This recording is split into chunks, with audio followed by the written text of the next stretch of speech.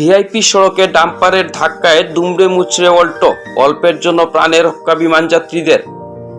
VIP সড়কে ভয়ঙ্কর সড়ক দুর্ঘটনা, ডাম্পারের প্রবল ধাক্কায় দুমড়ে মুচড়ে গেল একটি অল্টো গাড়ি। অল্পের জন্য প্রাণে রক্ষা পেলেন বিমান যাত্রীরা। স্থানীয়দের তৎপরতায় উদ্ধার হয়ে গাড়িতে থাকা যাত্রীরা।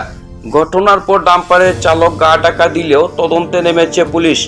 ঘটনাটি ঘটেছে বুধবার সকাল 8:30 নাগাদ। ভিআইপি সড়কের রংপুর পানিতলা এলাকা স্বাভাবিক দিনের মতোই ছিল ব্যস্ত।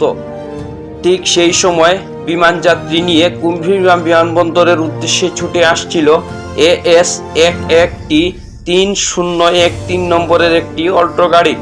ওই সময় পেছন দিক থেকে হঠাৎই সজোরে ধাক্কা মারে MZ 057696 নম্বরের একটি ডাম্পার।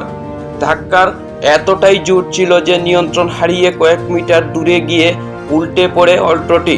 গাড়িটি মুহূর্তের মধ্যে দুমড়ে মুচড়ে হয়ে যায়। প্রবল ধাক্কায় অল্টো গাড়ির ভিতরে থাকা যাত্রীরা অল্প বিস্তর আহত হন। দুর্ঘটনার সঙ্গে সঙ্গে স্থানীয়রা ছুটে এসে তাদেরকে উদ্ধার করেন। এরপর অন্য একটি গাড়িতে করে যাত্রীরা বিমানবন্দরের উদ্দেশ্যে রওনা দেন, তবে তাদের পরিচয় এখনো জানা যায়নি। ঘটনার পরই ডাম্পারের চালক ঘটনাস্থল থেকে পালিয়ে যায়। খবর পেয়ে অল্পক্ষণেই ঘটনাস্থলে পৌঁছে যায় রংপুর পুলিশ। দুর্ঘটনাগ্রস্ত অল্টো ও ডাম্পার দুটি গাড়ি উদ্ধার করে পুলিশ।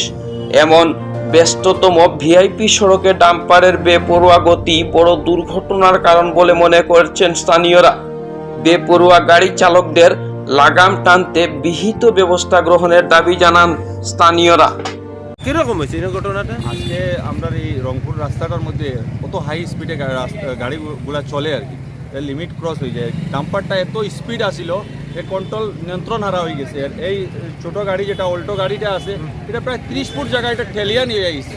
ধাক্কাটা লাগছে, এরপরে 30 ফুট জায়গা ঠেলিয়া নিয়ে পাল্টি করে দিছে।